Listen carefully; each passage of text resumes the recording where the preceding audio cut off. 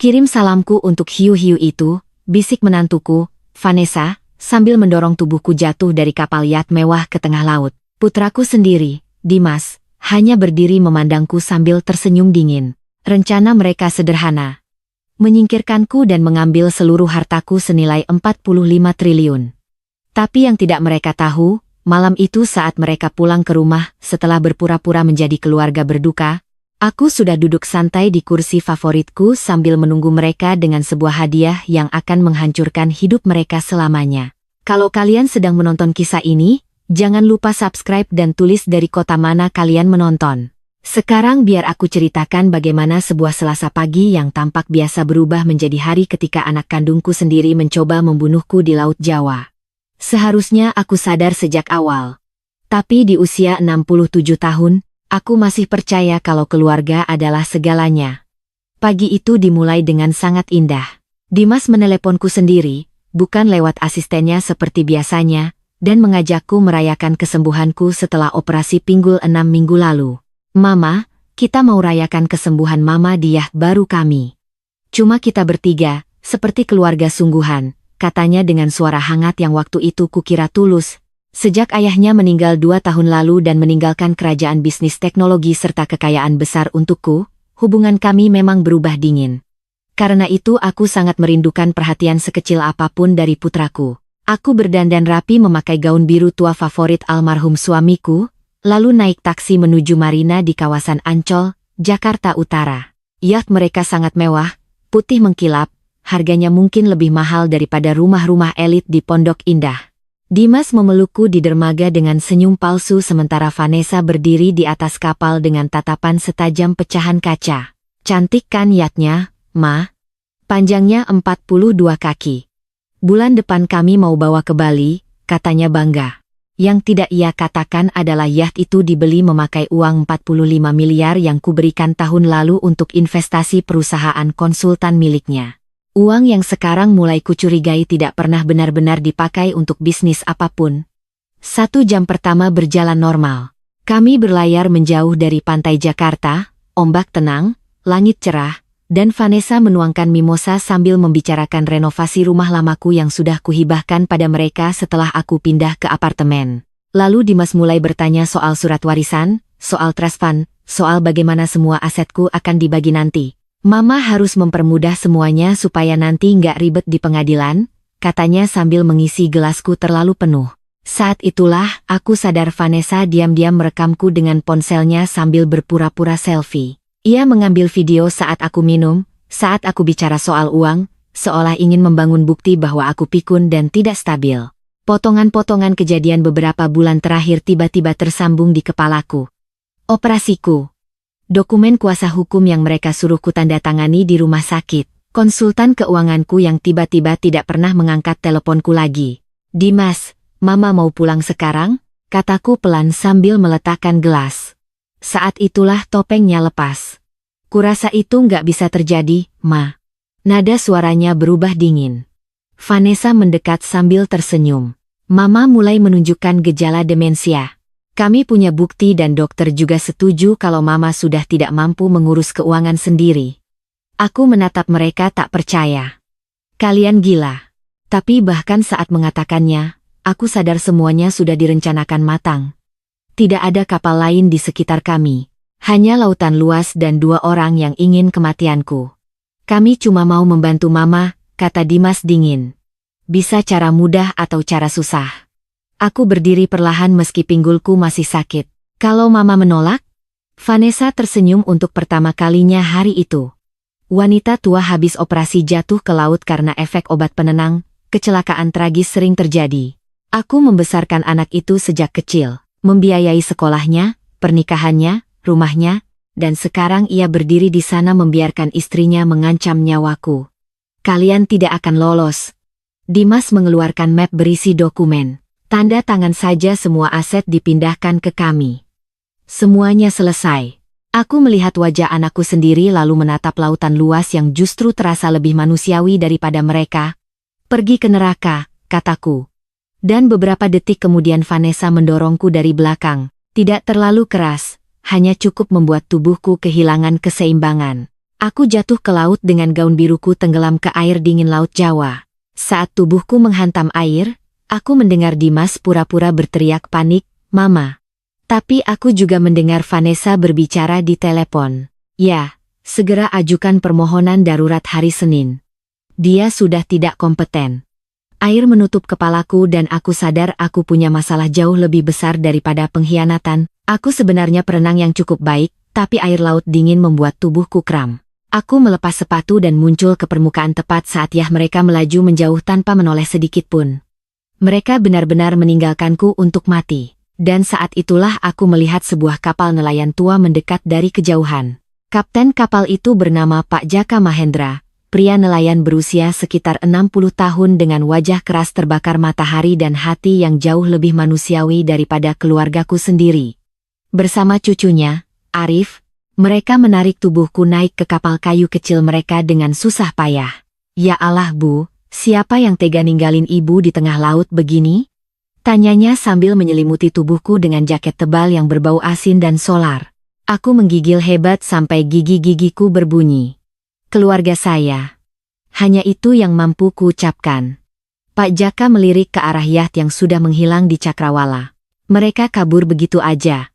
Nggak lihat ke belakang sama sekali." Aku menahan tangis.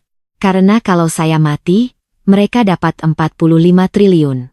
Pak Jaka terdiam lama sebelum akhirnya berkata pelan, "Berarti mereka bukan keluarga lagi." Arif segera hendak menghubungi Basarnas lewat radio kapal, tapi aku memegang tangan Pak Jaka. "Tolong, jangan kasih tahu siapapun kalau saya selamat.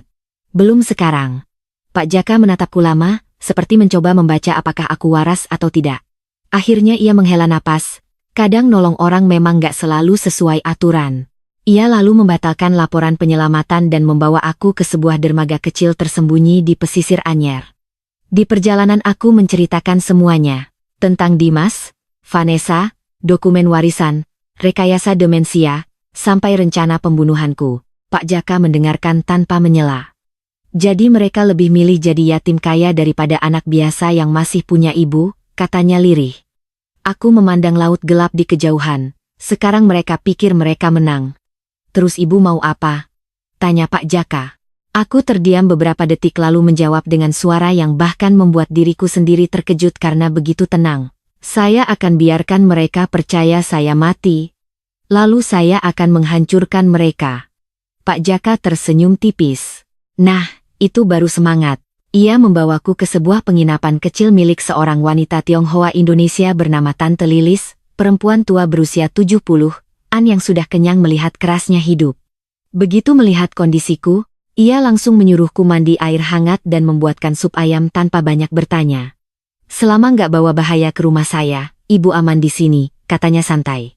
Malam itu sementara Dimas dan Vanessa mungkin sedang melapor ke polisi sambil berpura-pura sedih karena kehilangan ibunya di laut, aku duduk di dapur kecil penginapan Tante Lilis sambil menyusun rencana balas dendam. Pak Jaka bersedia membantuku mengawasi mereka karena kapalnya sering berada di marina tempat yacht Dimas berlabuh. Kami mulai menyusun daftar semua orang yang punya akses ke keuanganku sejak suamiku meninggal, pengacara, akuntan, konsultan investasi, manajer bank, semua orang yang mungkin terlibat dalam rencana mereka. Karena aku yakin Dimas dan Vanessa tidak cukup pintar untuk melakukan semua ini sendirian. Seseorang sedang membantu mereka. Malam itu aku membaca berita online tentang kematianku. Semua media besar menulis cerita yang sama. Seorang janda kaya raya bernama Margareta Santoso meninggal tragis setelah jatuh dari yacht keluarga di perairan Laut Jawa. Dimas diwawancarai media sambil memasang wajah paling sedih yang pernah kulihat. Ia bilang aku mengalami penurunan daya ingat beberapa bulan terakhir. Vanessa bahkan pura-pura menangis di depan kamera sambil berkata mereka sudah berusaha menjaga keselamatanku. Mereka memakai foto ulang tahun Dimas tahun lalu, saat aku tampak bingung karena mereka sengaja membuat pesta kejutan tanpa memberitahuku.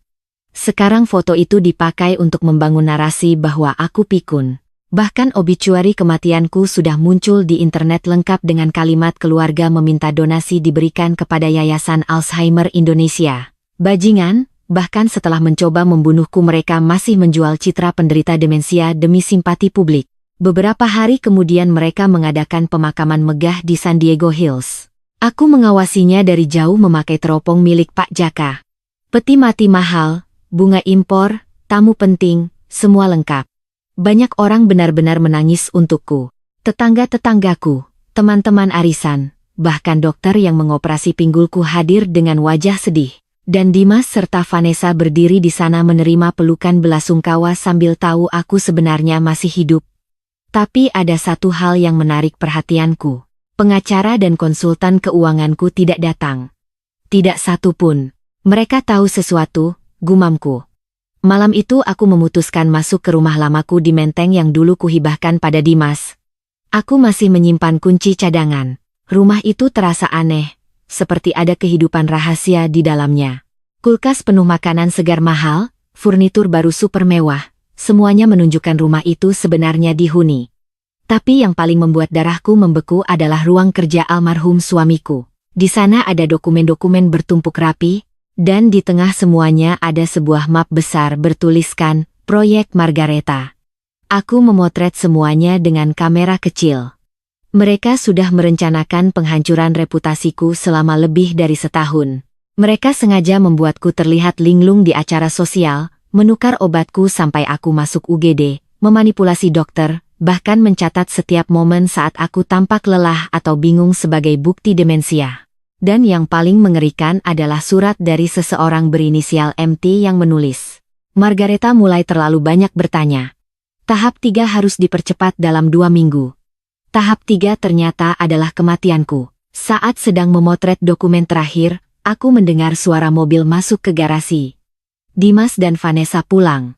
Aku buru-buru keluar lewat taman belakang, tapi sebelum pergi aku mendengar sesuatu yang membuatku berhenti total. Tangisan bayi. Ada bayi di rumah itu. Padahal Dimas dan Vanessa selalu bilang mereka belum mau punya anak karena sibuk karier. Saat Pak Jaka menjemputku beberapa menit kemudian, aku masih gemetar. Ada bayi di rumah itu, kataku pelan. Pak Jaka langsung mengernyit. Bayi? Aku mengangguk, dan saya rasa bayi itu bukan milik mereka. Keesokan paginya aku dan Pak Jaka pergi mencetak foto-foto dokumen yang berhasil kuambil dari rumah Dimas. Saat itulah semuanya mulai terlihat jauh lebih mengerikan daripada yang kubayangkan. Di antara tumpukan dokumen proyek Margareta, ada salinan akta kelahiran seorang bayi laki-laki bernama Bayi Santoso, lahir 3 minggu lalu, dengan nama Ibu Vanessa Santoso, dan Ayah Dimas Santoso, tapi 4 hari sebelumnya Vanessa masih berdiri dioh dengan tubuh ramping sempurna tanpa tanda baru melahirkan sama sekali. Akta ini palsu, kataku pelan sambil menatap foto itu. Kalau begitu bayi itu siapa? Tanya Pak Jaka. Aku memandang laut di kejauhan sambil berpikir keras. Mereka butuh ahli waris. Anak kandung akan membuat posisi mereka lebih kuat atas semua harta saya. Pak Jaka langsung menatapku serius. Ibu pikir mereka beli bayi? Saya pikir mereka melakukan sesuatu yang jauh lebih buruk. Malam itu aku hampir tidak bisa tidur. Semua kepingan puzzle mulai tersusun. Mereka mencoba membunuhku, memalsukan kondisi kesehatanku, memalsukan surat warisan, dan sekarang ada bayi misterius di tengah semua itu. Pagi harinya Tante Lilis memberi ide yang akhirnya mengubah semuanya. Saya kenal mantan polisi yang sekarang jadi investigator swasta, orangnya bisa dipercaya. Awalnya aku menolak melibatkan orang lain, tapi aku sadar aku tidak mungkin melawan semua ini sendirian. Siang itu aku bertemu dengan pria bernama Daniel Prasetyo di sebuah kantor kecil di daerah Glodok. Usianya sekitar 50 tahun, rambut mulai memutih, sorot mata tajam seperti orang yang terbiasa membaca kebohongan. Setelah mendengar seluruh ceritaku, ia bersandar sambil menghela napas panjang. Jadi ibu mau saya mengikuti putra ibu sendiri, mencari tahu asal-usul bayi itu, dan mengidentifikasi orang bernama MT? Betul. Daniel memandang amplop uang tunai yang kuberikan padanya.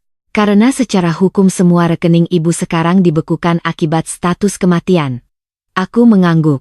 Suami saya selalu menyimpan dana darurat tersembunyi. Daniel menerima pekerjaan itu dan mulai bergerak cepat.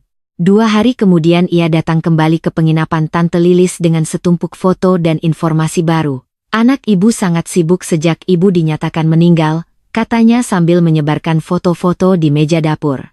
Ada foto Dimas dan Vanessa masuk ke bank, bertemu pengacara, lalu beberapa kali mendatangi sebuah klinik privat elit di Jakarta Selatan bernama Brawijaya Reproductive Center. Tempat apa itu? Tanyaku. Daniel menatapku serius. Klinik fertilitas dan suroget paling mahal di Indonesia. Mereka melayani pasangan kaya yang ingin proses sangat rahasia. Aku langsung merasa mual. Mereka membeli bayi itu. Daniel mengangguk. Dan bukan sembarang bayi. Mereka secara spesifik meminta bayi baru lahir yang bisa dianggap sebagai anak biologis mereka. Tante Lilis yang mendengarkan dari dapur langsung duduk perlahan. Ya Tuhan. Daniel lalu mengeluarkan satu foto lagi. Seorang wanita elegan berusia sekitar 40 tahun berjabat tangan dengan Dimas di depan kantor hukum mewah SCBD. Saya rasa saya tahu siapa MT. Aku memicingkan mata. Wajah wanita itu terasa familiar. Miranda Tanuwijaya, kata Daniel. Partner di firma hukum Tanuwijaya, rekan. Spesialis warisan keluarga elit, dadaku langsung sesak. Tunggu. Akuntan saya Michael Tanuwijaya. Suaminya. Jawab Daniel cepat. Dan Miranda punya reputasi aneh di kalangan orang kaya Jakarta. Ia dikenal sebagai ahli family transition planning. Tante Lilis mendengus sinis. Bahasa halus untuk perampok. Daniel mengangguk pelan. Kami curiga dia menjalankan jaringan kriminal yang menargetkan lansia kaya dengan keluarga serakah.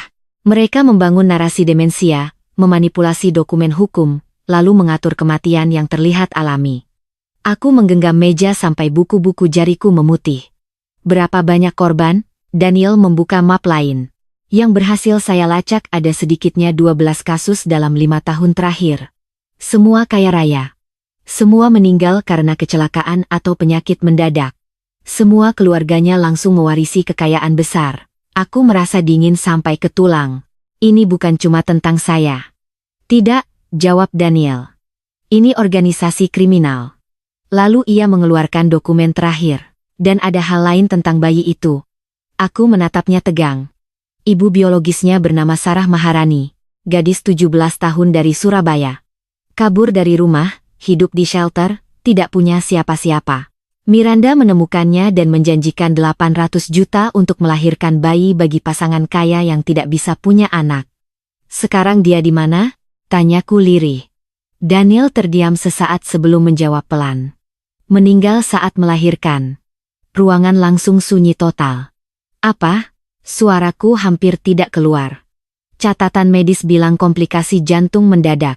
Tapi perawat di klinik mengatakan Sarah sehat total sampai Miranda sendiri masuk ruang persalinan dan menyuntikkan sesuatu beberapa menit sebelum jantung Sarah berhenti.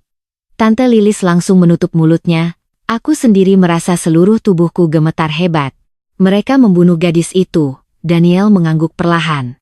Dan sekarang bayi itu ada di rumah putra ibu sebagai alat untuk mengamankan warisan 45 triliun. Aku berdiri perlahan sambil menatap foto bayi kecil itu. Seorang anak tak berdosa yang lahir dari kematian ibunya dan dijadikan alat keserakahan. Saat itu juga aku membuat keputusan. Saya akan mengambil bayi itu. Daniel menatapku serius. Itu sangat berbahaya. Aku menggeleng. Tidak seberbahaya membiarkan dia dibesarkan oleh pembunuh. Keesokan paginya kami mulai menjalankan rencana. Daniel mengikuti Dimas dan Vanessa, sementara aku diam-diam mendatangi rumah lamaku ketika mereka pergi bertemu Miranda. Seorang perawat bayi bernama Karina membuka pintu sambil menggendong bayi kecil itu. Wajahnya pucat ketika melihatku. Ibu. Tapi bukannya ibu sudah meninggal? Aku tersenyum tipis. Ternyata lebih sulit membunuh saya daripada yang mereka kira. Bayi itu memandangku dengan mata coklat besar yang sangat tenang. Dadaku langsung sesak melihatnya. Namanya siapa? Tanyaku pelan. Mereka belum memutuskan.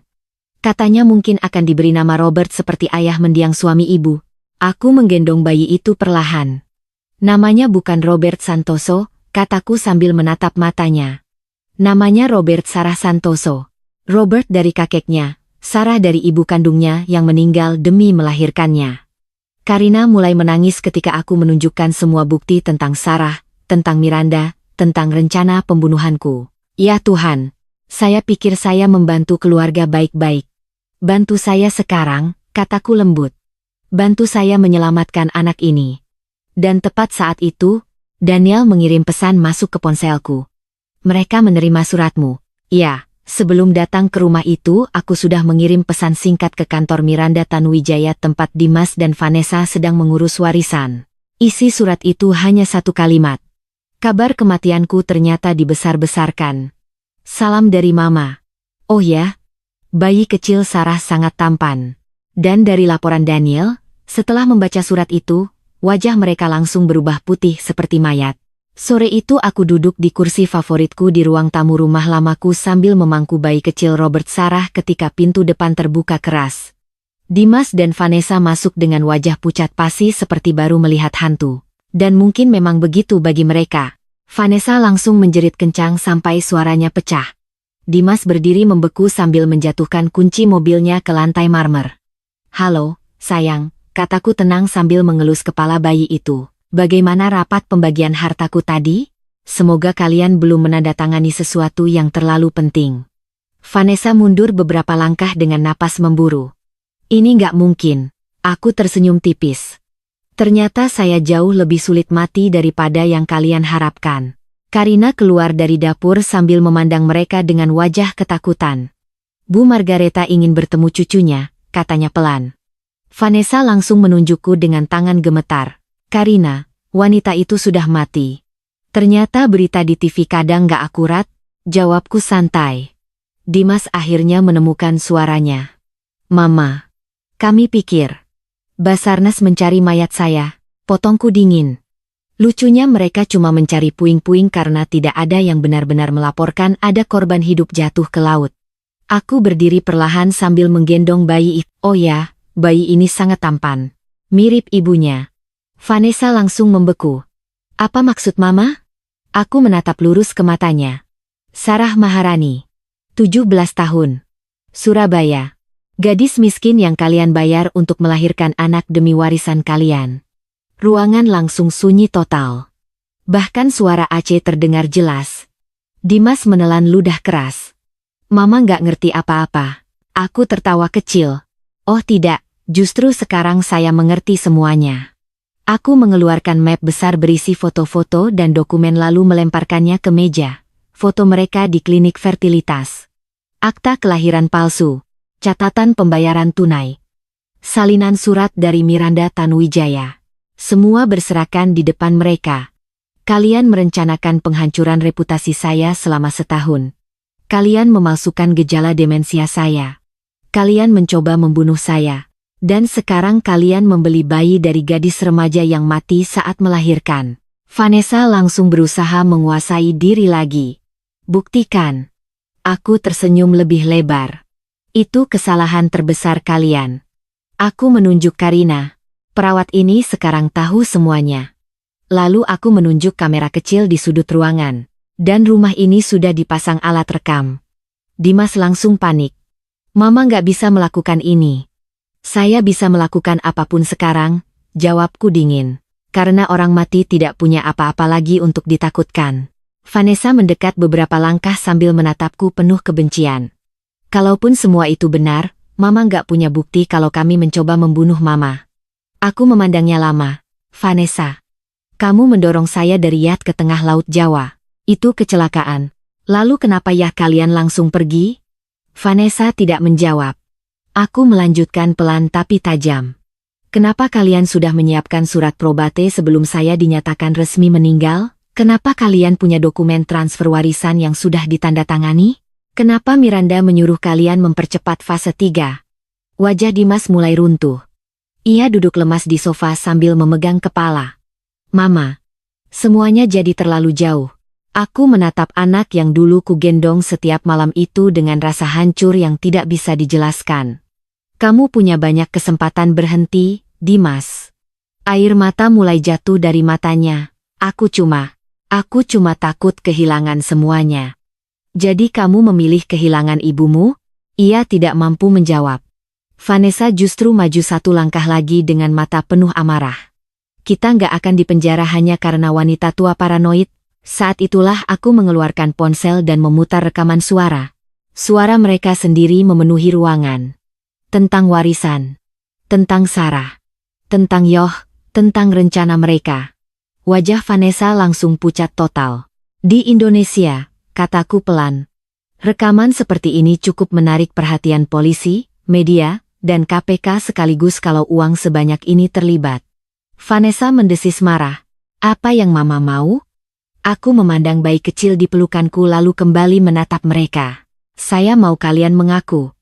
Saya mau Miranda Tanuwijaya ditangkap. Saya mau anak ini dibesarkan dengan mengetahui siapa ibu kandungnya sebenarnya. Dan saya mau kalian hidup setiap hari dengan mengingat bahwa kalian pernah mencoba membunuh ibu sendiri demi uang. Dimas mulai menangis sungguhan sekarang. Mama.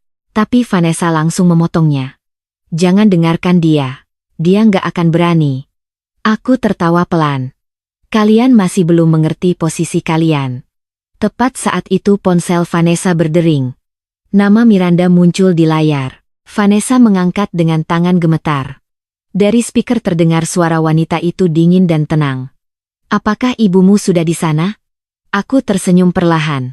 Oh, jadi sekarang waktunya pemain utama masuk. Vanessa belum sempat menjawab ketika suara Miranda kembali terdengar.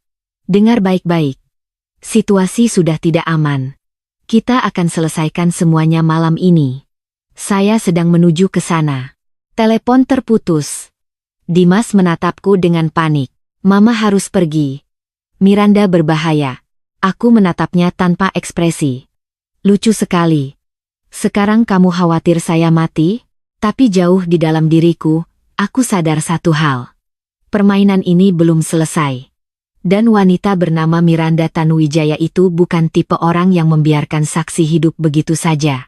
Pukul 6 pagi keesokan harinya Daniel menelepon penginapan Tante Lilis dengan suara tegang. Mereka bergerak cepat. Semalaman Dimas dan Vanessa berhubungan dengan Miranda, dan ada satu nama lain yang terus disebut. Siapa? Tanyaku sambil langsung duduk tegak di ranjang. Daniel terdiam sesaat sebelum menjawab pelan. Pembersih. Dadaku langsung terasa dingin. Maksudmu pembunuh bayaran? Ya. Dan menurut informasi yang saya dapat, orang ini spesialis membuat kematian terlihat seperti kecelakaan. Tante Lilis yang mendengar dari luar kamar langsung mulai membereskan barang-barangku tanpa banyak bicara. Dalam waktu 15 menit Pak Jaka sudah datang dengan mobil pickup tuanya. Kami pergi meninggalkan penginapan menuju sebuah pulau kecil dekat Kepulauan Seribu milik teman lama Pak Jaka. Tempat itu hanya bisa diakses lewat perahu dan hampir tidak ada orang luar yang tahu keberadaannya. Di sana Daniel menjelaskan semuanya lebih detail. Miranda Tanuwijaya bukan sekadar pengacara licik. Dia bagian dari jaringan besar yang sudah membunuh puluhan lansia kaya di seluruh Indonesia. Ia menyebarkan foto-foto korban di meja kayu kecil cottage itu. Ada pengusaha tua yang mati karena overdosis obat, nenek kaya yang jatuh dari tangga rumah, pensiunan pejabat yang meninggal akibat kecelakaan mobil misterius. Semua keluarganya langsung menerima warisan miliaran rupiah. Dan semuanya terhubung dengan Miranda, tanyaku lirih. Daniel mengangguk. Kami sudah menyelidikinya 2 tahun, tapi dia terlalu pintar. Tidak pernah menyentuh korban langsung, selalu lewat keluarga. Tante Lilis menunjuk salah satu foto. Wanita ini pernah saya lihat di rumah sakit tempat saya relawan. Dia bertanya soal pasien lansia yang jarang dikunjungi keluarga. Daniel langsung menatapnya serius. Dia sedang memilih target. Aku memandang semua foto itu dengan tangan gemetar. Tiba-tiba aku sadar aku bukan korban pertama. Aku hanya korban pertama yang berhasil selamat. Sekarang mereka akan membunuh saya lagi. Kataku pelan. Daniel mengangguk. Dan bukan cuma ibu. Bayi itu juga dalam bahaya. Robert Sarah, kalau Miranda merasa bayi itu bisa menjadi bukti, dia akan menyingkirkannya juga. Aku langsung berdiri sampai kursi jatuh ke belakang. Tidak, saya nggak akan membiarkan itu terjadi. Daniel mencoba menenangkanku. Kita harus hati-hati. Rumah lama ibu sekarang pasti diawasi. Tapi saat itu aku sudah mengambil keputusan. Saya akan kembali ke rumah itu. Pak Jaka langsung menggeleng keras. Itu bunuh diri. Tidak, jawabku dingin. Itu perang. Rencananya gila, tapi itu satu-satunya cara menyelamatkan Robert Sarah dan menjebak Miranda sekaligus. Daniel memasang alat perekam dan kamera tersembunyi di seluruh rumah melalui bantuan Karina yang diam-diam masih bekerja di sana. Kami tahu Miranda akan datang malam itu untuk memastikan semua saksi benar-benar hilang. Aku sendiri akan menjadi umpannya. Sebelum berangkat, Tante Lilis menggenggam tanganku erat. Kalau sesuatu terjadi, jangan pernah menyesal sudah melawan. Aku tersenyum tipis. Saya sudah mati sekali. Sekarang giliran mereka yang takut. Menjelang pukul 6 sore aku berdiri di depan rumah lamaku lagi. Dimas membuka pintu dengan wajah hancur. Matanya merah seperti tidak tidur semalaman. Untuk sesaat aku melihat anak kecil yang dulu memanggilku Mama setiap kali takut petir. Mama. Suaranya pecah. Saya datang sesuai undangan, jawabku tenang. Vanessa mondar-mandir di ruang tamu dengan wajah panik total. Dia akan datang sebentar lagi, katanya lirih. Miranda. Aku duduk santai di sofa sambil memandang mereka berdua. Kalian terlihat ketakutan. Dimas memegang kepalanya. Aku nggak pernah mau semuanya sejauh ini, tapi kamu tetap melakukannya. Jawabku dingin. Tepat pukul 7 malam pintu depan terbuka. Miranda Tanuwijaya masuk dengan langkah tenang seperti sedang menghadiri pesta makan malam biasa. Wanita itu mengenakan blazer hitam mahal dan senyum dingin yang membuat bulu kuduku berdiri. Bu Margareta, katanya sambil duduk di hadapanku. Saya senang ibu ternyata selamat. Sayang sekali buat Anda ya. Balasku tajam. Miranda tertawa kecil. Ibu menyebabkan banyak masalah untuk klien saya. Klien? Maksud Anda keluarga yang ingin membunuh orang tua mereka sendiri? Miranda menyilangkan kaki dengan santai. Saya lebih suka menyebutnya mempercepat transisi warisan. Aku menatapnya tak percaya. Anda bicara soal pembunuhan seperti bicara bisnis properti? Karena memang bisnis, Bu Margareta. Orang tua kaya sering menjadi beban emosional dan finansial bagi keluarganya. Saya hanya membantu proses berjalan lebih cepat. Dimas dan Vanessa duduk diam seperti patung. Aku memandang mereka dengan jijik. Berapa banyak orang yang sudah kalian bunuh? Miranda membuka map kecilnya seolah sedang mengecek jadwal meeting. 37 kasus berhasil diselesaikan dalam 5 tahun terakhir. 37 nyawa. Diucapkannya begitu saja tanpa rasa bersalah sedikit pun. Dan sekarang Anda ingin saya jadi nomor 38? Tanyaku dingin. Miranda tersenyum tipis. Sebenarnya nomor 39. Ada satu orang lain yang tadi pagi harus kami selesaikan karena terlalu banyak bertanya. Dadaku langsung sesak. Siapa? Seorang pria dari New York yang kami sewa untuk membersihkan masalah Anda. Sayangnya dia mulai panik. Jadi pembunuh bayaran itu sendiri sudah dibunuh Miranda untuk menghilangkan jejak. Wanita ini benar-benar monster. Lalu Miranda melanjutkan dengan nada santai, yang jauh lebih mengerikan daripada teriakan. Dan bayi itu juga harus dihilangkan malam ini, kebakaran rumah atau kebocoran gas mungkin, sangat tragis. Untuk sesaat seluruh tubuhku membeku mendengar rencananya membunuh bayi tak berdosa itu. Aku menatap Dimas dan Vanessa. Ini yang kalian pilih? Membunuh anak kecil demi uang? Vanessa mulai menangis panik sekarang, tapi Dimas hanya menunduk seperti manusia kosong. Dan tepat saat Miranda hendak berdiri untuk menyelesaikan semuanya, aku akhirnya tersenyum. Bu Miranda, kataku pelan, ada satu hal yang perlu Anda tahu. Miranda memiringkan kepala. Apa itu? Aku menatap lurus ke matanya lalu berkata tenang, Anda sedang direkam. Dalam detik berikutnya pintu depan, pintu belakang, dan jendela rumah langsung dibobol bersamaan. Polisi! Semua diam! Teriak puluhan anggota Bareskrim dan FBI Indonesia Task Force sambil menyerbu masuk dengan senjata terarah. Miranda langsung mencoba lari ke dapur, tapi baru 2 langkah tubuhnya sudah dibanting ke lantai oleh 3 petugas. Vanessa menjerit histeris. Dimas jatuh terduduk sambil menangis. Aku sendiri hanya duduk diam memandang semuanya berakhir. Seorang wanita muda berseragam mendekat kepadaku sambil tersenyum tipis. Bu Margareta, saya agen Sarah Wijaya. Operasi ini berhasil karena keberanian Ibu. Aku memandang Daniel yang berdiri di belakang para petugas sambil membuka kartu identitasnya. Dan saat itulah aku akhirnya tahu siapa dia sebenarnya. Daniel Prasetyo bukan investigator swasta biasa. Dia agen FBI Indonesia yang sudah menyamar selama 2 tahun untuk membongkar jaringan pembunuhan lansia milik Miranda Tanuwijaya. Rumah itu berubah menjadi lokasi penyelidikan besar dalam hitungan menit. Polisi, penyidik keuangan, petugas forensik, semuanya memenuhi ruang tamu yang dulu menjadi tempat ulang tahun keluarga kami. Miranda Tanuwijaya diborgol sambil tetap mencoba mempertahankan wajah tenangnya, tapi kali ini matanya penuh ketakutan untuk pertama kalinya. Kalian tidak punya cukup bukti, desisnya kepada agen Sarah Wijaya. Sarah hanya tersenyum tipis lalu mengangkat headphone kecil yang terhubung ke alat perekam tersembunyi di rumahku. Kami punya pengakuan Anda tentang 37 pembunuhan, konspirasi warisan, perdagangan bayi ilegal, dan rencana membunuh seorang lansia serta bayi malam ini. Wajah Miranda langsung kehilangan warna. Sementara itu Vanessa histeris sambil berteriak bahwa semuanya salah paham. Dimas bahkan tidak mampu berdiri. Ia duduk di lantai dengan kedua tangan gemetar sambil menatapku seperti anak kecil yang baru sadar rumahnya terbakar karena ulahnya sendiri. Aku memandangnya lama. Dalam hati masih ada sisa cinta seorang ibu, tapi rasa itu sudah tertimbun terlalu dalam oleh pengkhianatan. Robert Sarah dibawa keluar oleh Karina dari ruang persembunyian di basement. Begitu melihat bayi kecil itu selamat, aku akhirnya bisa bernapas lega untuk pertama kalinya sejak jatuh ke laut. Aku menggendongnya erat sementara lampu kamera media mulai memenuhi halaman rumah. Karena kasus ini terlalu besar untuk ditutupi lagi. Dalam beberapa hari seluruh Indonesia membicarakan skandal sindikat warisan berdarah. Nama Miranda Tanuwijaya muncul di semua berita nasional.